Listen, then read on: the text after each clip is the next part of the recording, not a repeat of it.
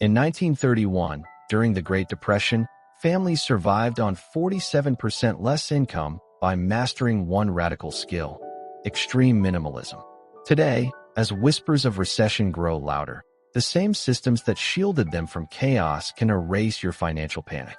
But here's the twist. This isn't about budgeting harder. It's about rewiring your relationship with everything you own, think, and consume.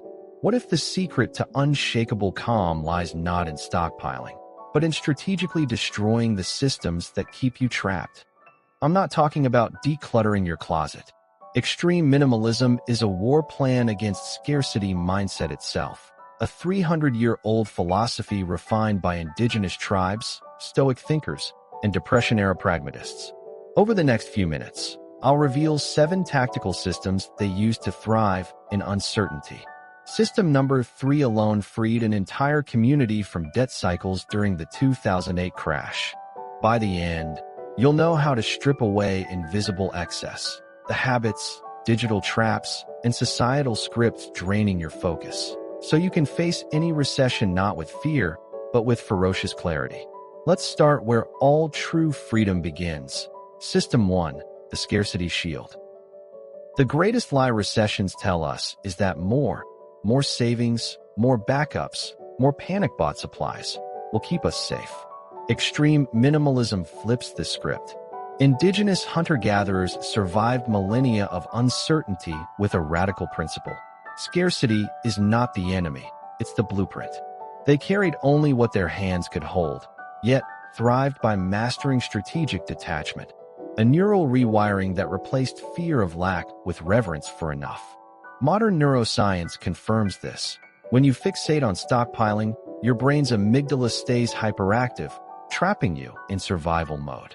But when you deliberately reduce to the essentials, prefrontal cortex activity surges, unlocking creativity and long-term decision-making. This isn't theory.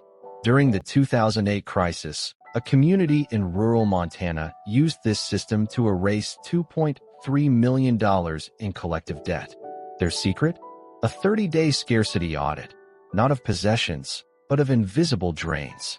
For 10 minutes daily, they tracked 3 things: digital consumption, endless news cycles, habitual spending, subscriptions they forgot about, and phantom labor, time wasted maintaining and used items.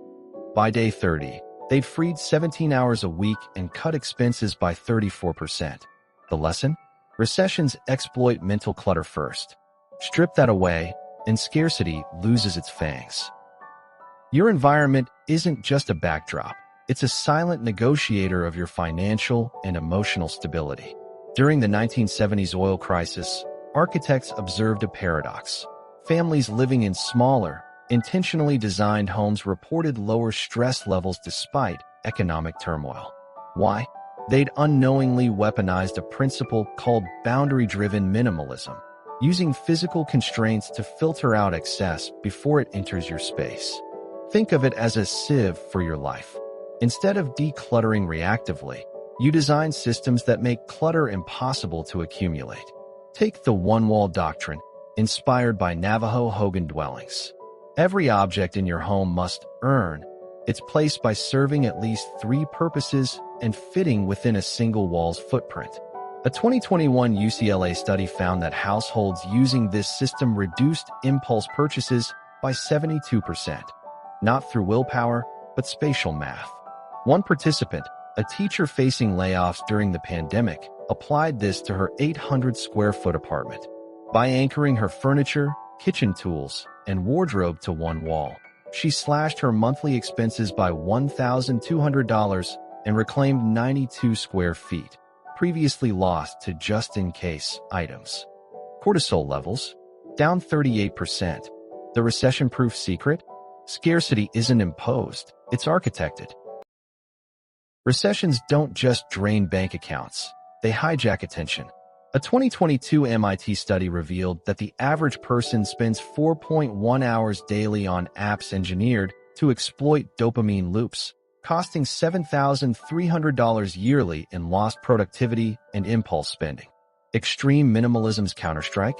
The attention fortress, a four-layer defense system inspired by 18th century Quaker silence journals and modern behavioral science. The goal isn't to quit technology, but to militarize your focus so you reclaim time, money, and mental bandwidth, even amid chaos. Start with the 10-3-1 rule, a tactic tested during the 2020 lockdowns. 10 minutes of Newsmax per day, 3 app deletions, any platform that profits from your anxiety, and 1 hour of analog immersion. Cooking, fixing, creating, no screens. A graphic designer in Toronto applied this during last year's tech layoffs. After pruning 22 apps and replacing doom scrolling with woodworking, she regained 13 hours weekly, launched a side hustle restoring furniture, and offset 60% of her income loss. The recession wasn't my problem, she said. Distraction was. Extreme minimalists know.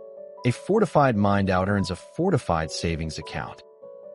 Recessions amplify the cost of relational debt, the hidden toll of toxic networks, obligatory commitments, and emotionally draining interactions.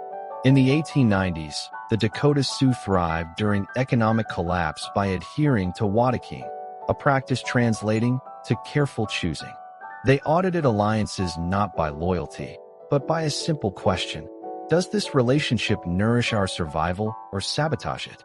Extreme minimalism adapts this into the social firewall, a framework to strip away parasitic connections and fortify bonds that actively buffer against uncertainty. A 2023 Harvard study found that 41% of recession-induced stress stems from social obligations, not finances. One entrepreneur in Barcelona tested this during Spain's recent economic downturn. Using a triple gate filter, she evaluated every social interaction. Does this person, 1, respect my time, 2, share resources without strings, and 3, inspire calm, not crisis? Within months, she dissolved 17 zombie relationships, those dragging her into drama or debt, and reallocated 90 minutes daily to her startup. Revenue tripled, and her savings rate jumped 22%. The lesson? Scarcity demands selectivity. Your network isn't just who you know, it's who you strategically let in. Recessions thrive on unpredictability, but extreme minimalism weaponizes ritual to dissolve it. The Stoic philosopher Marcus Aurelius faced plagues, wars, and economic collapse by anchoring his days to non-negotiable routines, not rigid schedules. Modern research from the University of Cambridge reveals a critical distinction. Rituals reduce cortisol by 29% because they simplify decision-making, while schedules often add pressure. The ritual reset borrows from Aurelius' Meditations and Depression-era homemakers who survived the 1930s by structuring their lives around 3 daily anchors: a morning clarity practice, a midday resource check-in, and an evening gratitude audit. Take Jordan, a nurse during the 2020 market crash. Overwhelmed by volatile news and double shifts, he implemented a 5-4-3 method. 5 minutes of silent reflection at dawn, writing 1 Stoic mantra. 4 minutes reviewing expenses/energy leaks at lunch, and 3 minutes cataloging enoughness at dusk, listing 3 things he didn't need to buy or fix. Within 6 weeks, his financial FOMO vanished, and he reallocated $620 monthly toward an emergency fund. The rituals didn't change my circumstances, he said. They changed my gaze, from scarcity to sovereignty. Extreme minimalists know rituals aren't luxuries. They're lifelines when the world feels untethered. Recessions end, but their scars linger, unless you design systems that outlast them. In the 1920s, homesteaders escaping the Dust Bowl pioneered regenerative minimalism, a practice where every possession or habit had to generate value for future generations. They planted fruit trees that took 10 years to mature, sewed quilts from fabric scraps to gift newlyweds, and distilled survival skills into hand-illustrated manuals.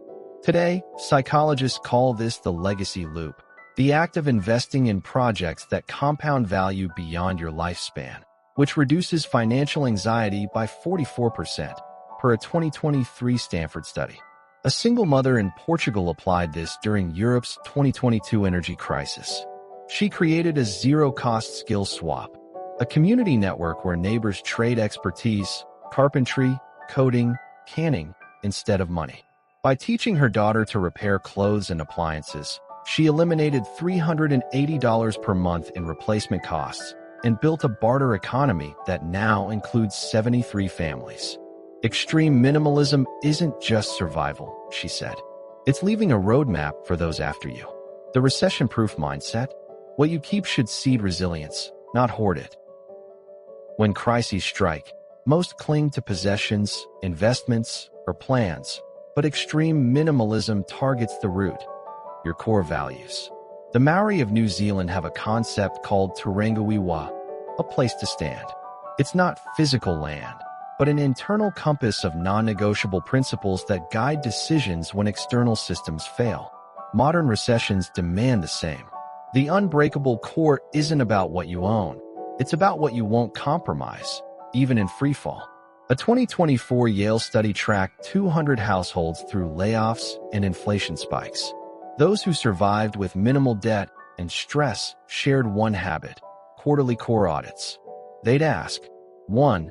Does this item/habit/relationship align with my deepest values? 2. If I lost everything tomorrow, would this still matter? 3. Does this expand my capacity to adapt? A farmer in Kansas used this during last year's crop failures. By cutting all tools, subscriptions, and even friendships that didn't pass the audit, he redirected funds into drought-resistant seeds and a community barter network. His income dropped 15%, but his adaptability and peace of mind skyrocketed. The recession cracked open my life, he said, but my core held firm. Extreme minimalism's final truth: you don't need more security. You need irreplaceable clarity. Recessions reward those who've stripped life to its essence, because when the ground shakes, they're already standing on bedrock. Recessions don't create chaos, they reveal it. What you've just seen isn't a survival guide. It's a blueprint for permanent clarity. These 7 systems, from the scarcity shield to the unbreakable core, prove that extreme minimalism isn't about owning less. It's about reclaiming sovereignty over your time, focus, and future. The next recession isn't a threat, it's a litmus test. Will you keep drowning in society's noise, or will you armor yourself with systems that turn scarcity into strength? If this resonated, you're ready to go deeper. Tap the playlist below to explore Microtopia, where minimalism meets small space genius, or Hollow Era, a masterclass in rejecting society's empty traps. And if you're new here, hit subscribe. This channel isn't just about surviving storms. It's about building a life so rooted in purpose, you'll barely feel the wind. Stay minimal. Stay unshakable.